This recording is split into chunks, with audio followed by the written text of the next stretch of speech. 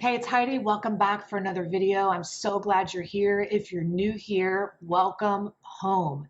Just a quick reminder, if you find something you like here, leave a comment, like the video. It helps us help more people, and that's really what we're here to do.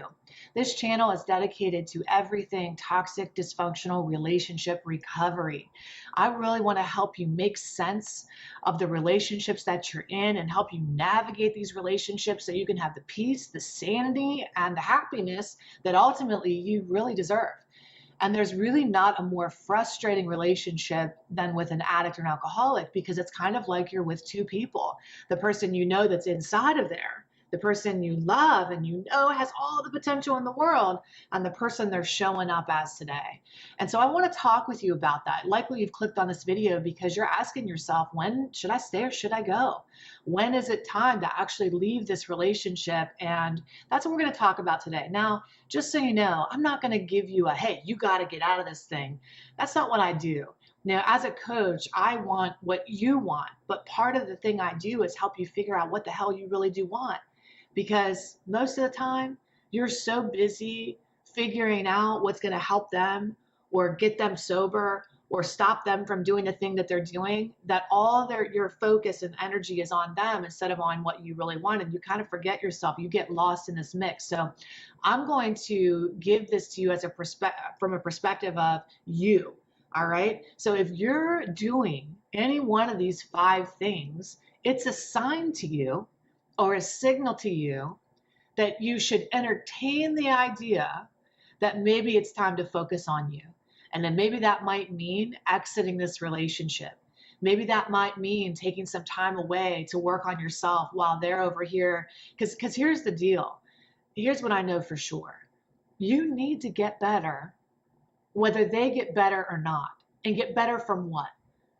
Look, being in a relationship with an addict and alcoholic impacts you to the core. It affects you, whether you realize that to the grand scale that it can affect you or not. It impacts every single person who is exposed to that person. So if you have children, you yourself, everybody needs support. That's exactly why over at lovecoachheidi.com, we have programs dedicated to helping you get your life back, whether they get working or not, so that you can have the happiness that you deserve. So there's a lot of free resources over there too before I get into these 5 things. There's a free boundary workshop over there you can sign up for. There is a helping versus hurting checklist that you can understand when it comes to addiction and with your loved one, what you're doing, and is the behavior helping or hurting. Lots of resources over there. And of course, I would love to have you inside one of our programs to help you navigate this and answer every question that you have. All right.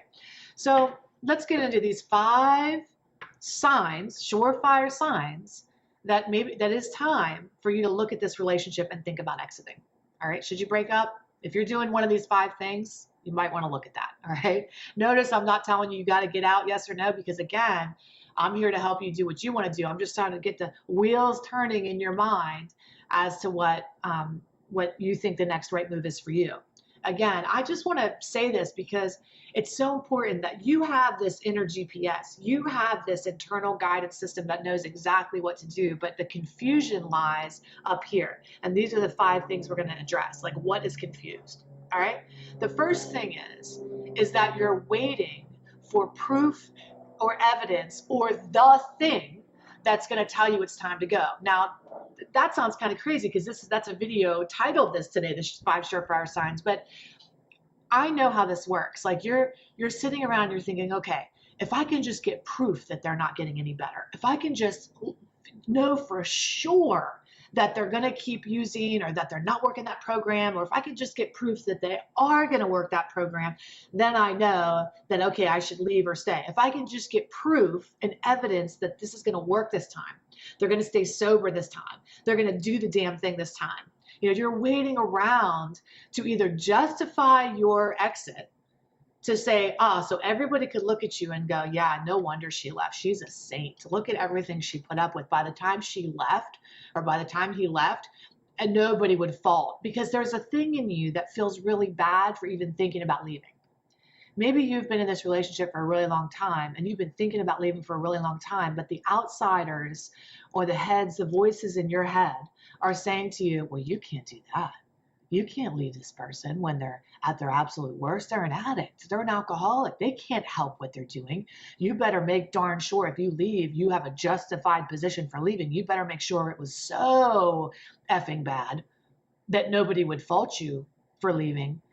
That's what we do because we can't justify our own desire to have something better or long for something different. We think that, misery is the barometer, misery is the compass, how bad it is or how bad it has to get before you give yourself permission to go. I mean, my goodness, here's what I know for sure about you is that you can tolerate just about anything. You have a black belt in bullshit. You know how to wade through the stuff, right? What you don't know how to do is give yourself permission to have better or different or more. You don't need to justify your desire to have a relationship that's mutually beneficial. You don't need to justify your desire to leave a situation where you're being hurt continually, whether they're doing it on purpose or not. All right, that's what a lot of people say. Well, they don't know what they're doing. They're cheating or they're lying, but it's their addiction. It's a disease, so I should forgive them. Even though it's a disease, and even though they might be in their addiction when they're doing these things, they're still doing these things. And that's enough of a reason for you to want to have a different life, okay? That's number one.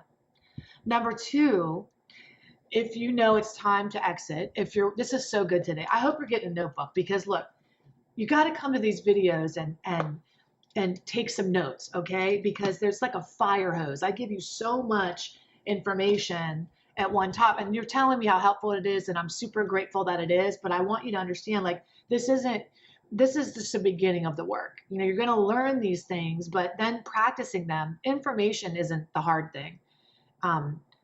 Putting it into practice is the hard thing. Implementation is the hard thing. That's why we have our group programs.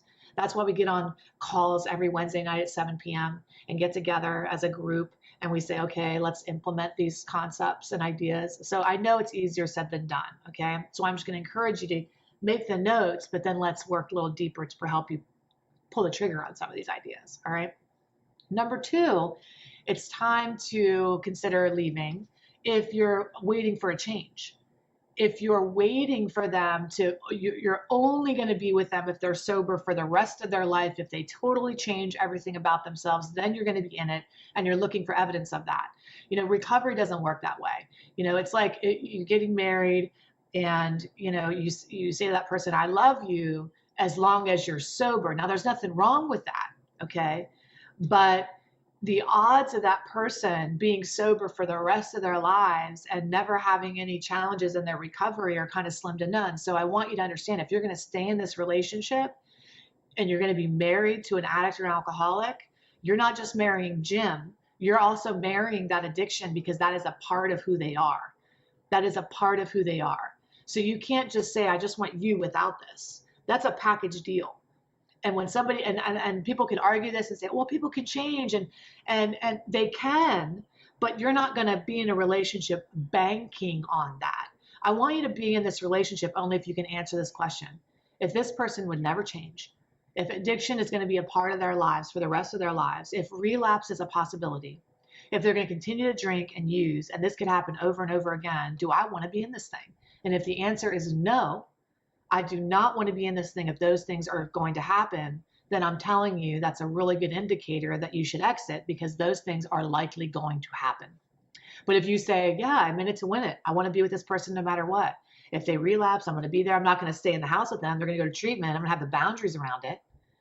Then okay, I can teach you how to, I can teach you either thing. I can teach you how to stay in the relationship and navigate the roller coaster, as we call it, and the ups and downs, and learn how to buckle up or navigate the hurricanes, okay, and learn how to batten down the hatches.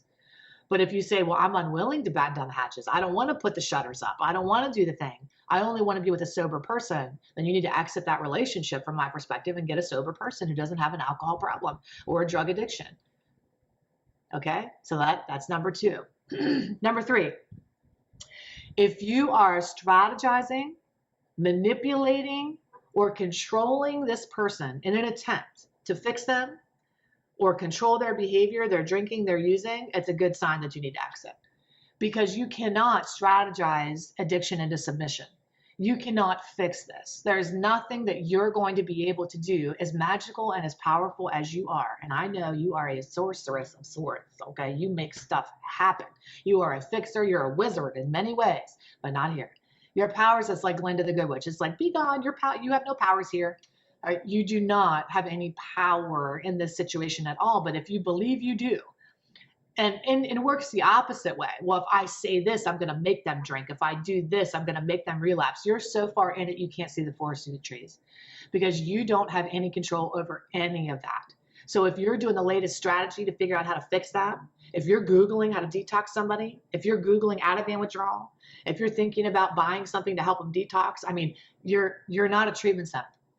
You're not a life coach. And even if you are, you're ill-equipped because you're too close to the situation. You're not a sponsor. You're not a therapist. You're not a halfway house.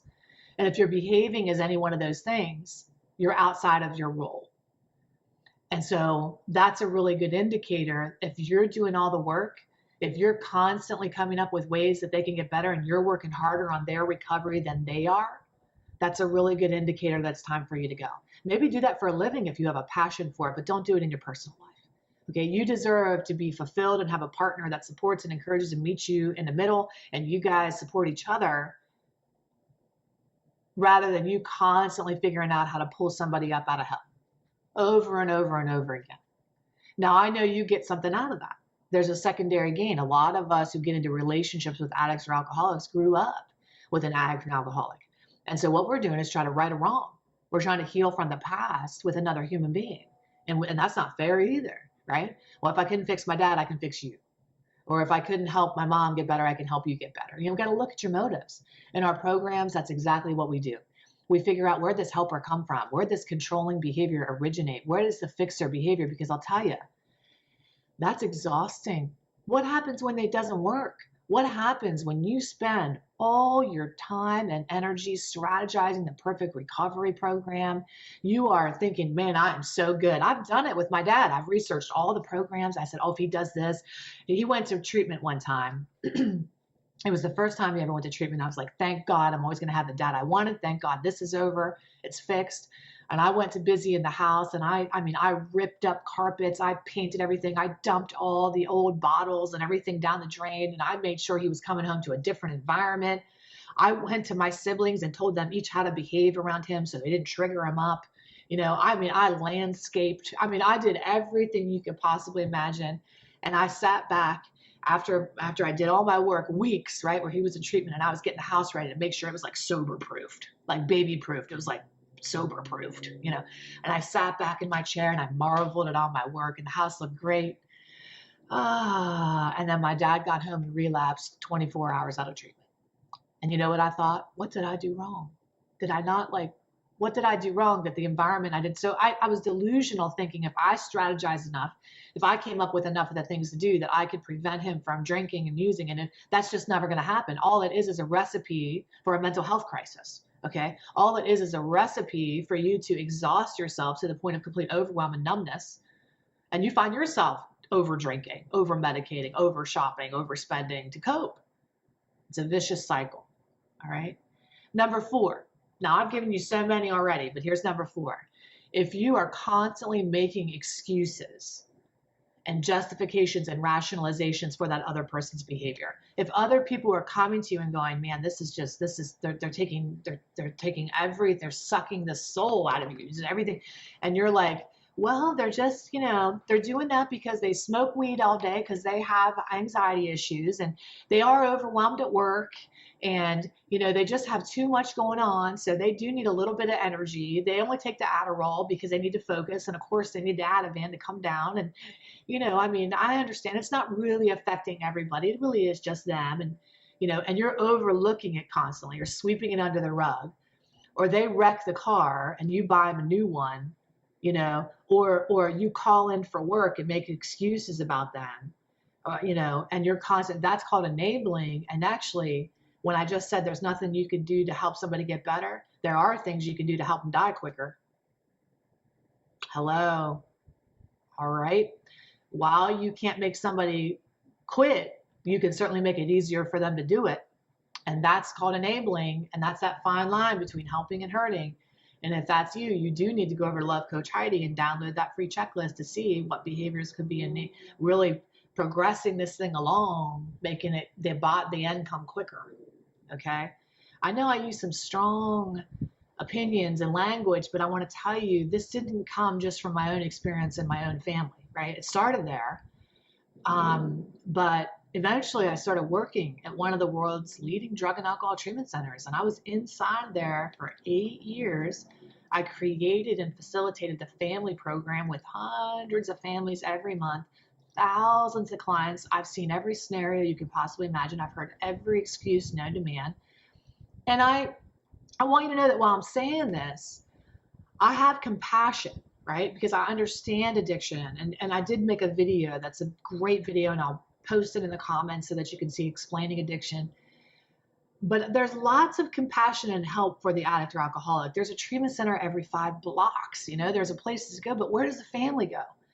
One place like Al-Anon, which is okay if you're into that kind of thing, but maybe you need more answers. Maybe you need clear-cut direction. Maybe you need somebody to tell you and talk the truth and speak in this, you know, to help you find your truth. And that's why I'm just encouraging you. And I say things so strongly because I didn't come to this information by accident. This is through almost a decade, day in and day out, of dealing in this dynamic. Okay. And so I have a tremendous amount of wisdom to share with you. So I want to make sure that you just don't come to the video and make that the end. I want you to come alongside and let's go even deeper. So we talked about, number one, you're waiting for this clear-cut answer, you know, so you have proof and ammo that you're okay to go, and you're not giving yourself permission to leave because you don't want people to think something bad about you. That's a signal it's time to go.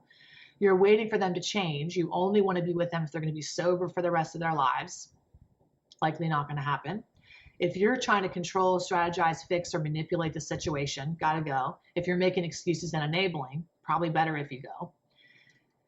And then the last thing is, you don't like who you've become in this relationship. You know, when you first had an idea of a relationship, you thought, man, I'm just going to be like part, you know, you just had visions of like laying in bed at night, reading your books with the little night lights on and touching toes under the blankets, you know, and feeling this warmth and connection. And you want that, and you've always wanted that, but you have the opposite. You have somebody who gets too drunk and wants to have sex with you or wants to be with you, and you're trying to make excuses to get out of the situation, or somebody who drinks too much and gets belligerent or weird, or somebody who gets so high they're like falling asleep at the table, and you're looking around and you're thinking, man, you find yourself constantly criticizing, constantly judging, constantly having this rage that's just simmering beneath the surface, this overwhelm, this frustration. You can't talk to any of your friends. You're embarrassed. You carry shame for the things you're not even doing. That's becoming somebody that you're not meant to be. So if you don't like the person you are inside of this dynamic, that is frustrated, overwhelmed, judgmental, harsh, sad, depressed, angry, it's time to make a change. It's time to make a change. Because I'm going to tell you something, even if they get better and they never use a substance again, what do you think happens to all these situations that you've experienced up until this point? They don't magically go away. I remember the day that I thought, you know, when I got an apology for all the bad things that had happened to me or been done to me, that I would magically be healed. But I'm going to tell you something, the apology comes, the amends happens, and you're still full of rage. You still have these issues that you need a safe place to be able to go and talk about. All right. And that's what coaching is for. That's what the semi-private group is for every Wednesday night, you know, that we do. I just want to encourage you, if you're interested in that, book a consultation. You can do that with one of our customer service representatives, a customer service specialist. They can walk you through the program. You can send me an email. You can comment down here below. I just want to encourage you to don't let this video be the end. Let it be the beginning. Let it be the beginning. You know, it can't get worse. All right. It can only get better from here if you're willing to be the one. There is a hang up there. Well, they need to get the help. It's them. They have the problem. I don't have the problem. Wait a minute. Why am I investing my time? Why am I spending my money? Why am I investing my brain power? Well, I don't need to change. They need to change. Yes. And you need to get better whether they get better or not, because their behavior has impacted you. There's nothing wrong with you. You're a victim in this scenario, but there's a certain point where you go from victim to willing volunteer. And I want to help you understand your behavior and why you engage with this person in a brand new way so that you can make conscious decisions. Because right now, I'm going to tell you, you're living out old patterns and behaviors, and your subconscious is running the show. How do I know that? Because you're being triggered up all the time. And here's your neocortex. Here's the place where you make rash, good decisions. And here's the limbic system where your emotions live. And whenever somebody's triggering you up and drinking and using, you're in survival mode. I want to help get you out of survival mode into thriving mode, into thinking mode. And that happens when you get access back to here. That's what I help people do. All right. I love you. Take excellent care. If you found this video helpful, like it. Number one, comment number two, because it helps us get